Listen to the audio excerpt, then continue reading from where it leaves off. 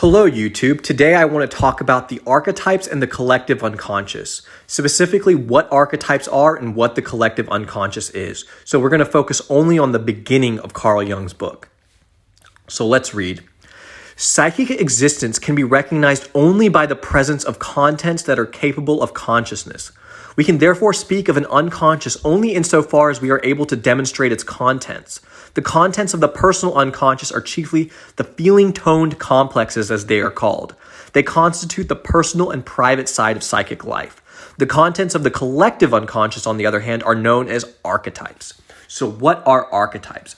Archetypes are preformed instincts and patterns of unconscious representation that result from eons of social interaction between the organism and his environment. Let's read on. These aptitudes can be shown to be inherited instincts and preformed patterns, the latter being the a priori and former conditions of apperception that are based on instinct. Their presence gives the world of the child and the dreamer its anthropomorphic stamp. They are the archetypes, which direct all fantasy activity into its appointed paths and in this way produce, in the fantasy images of children's dreams, as well as in the delusions of the schizophrenia, astonishing mythological parallels, such as can also be found, though in lesser degree, in the dreams of normal persons and neurotics. It is not therefore a question of inherited ideas, but of inherited possibilities of ideas. So this is fascinating, right? So archetypes aren't solid structures. They're flexible and they change according to the individual's consciousness. Let's continue. The term archetype thus applies only indirectly to the representation collectives, since it designates only those psychic contents which have not yet been submitted to conscious elaboration and are therefore an immediate datum of psychic experience. In this sense, there's a considerable difference between the archetype and the historical formula that has evolved. Especially on the higher levels of esoteric teaching, the archetypes appear in a form that reveals quite unmistakably the critical and evaluating influence of conscious elaboration. Their immediate manifestation, as we encounter it in dreams and visions, is much more individual, less understandable, and more naive than in myths, for example. The archetype is essentially an unconscious content that is altered by becoming conscious and by being perceived. It takes its color from the individual consciousness in which it happens to appear. So the way Jung writes in this section is that archetypes essentially happen to us and not we happen to do the archetypes.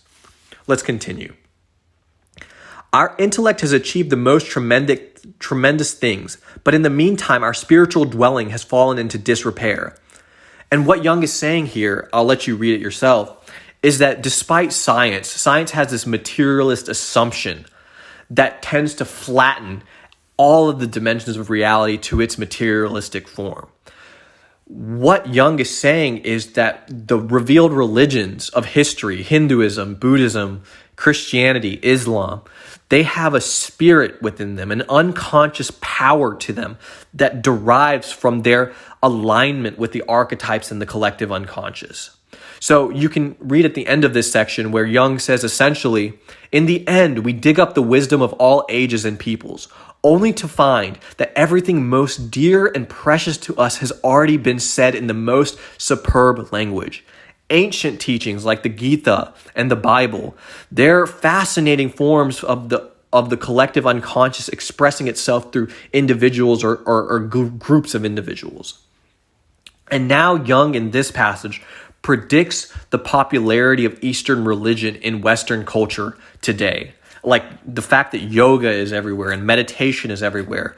Jung says that the Western symbols have been worn thin over the decades. They've stultified and become rigid symbols of belief instead of symbols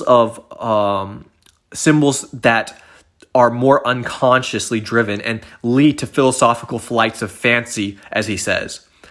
The grandiose conceptions of divinity in India and the abysms of Taoist philosophy in China.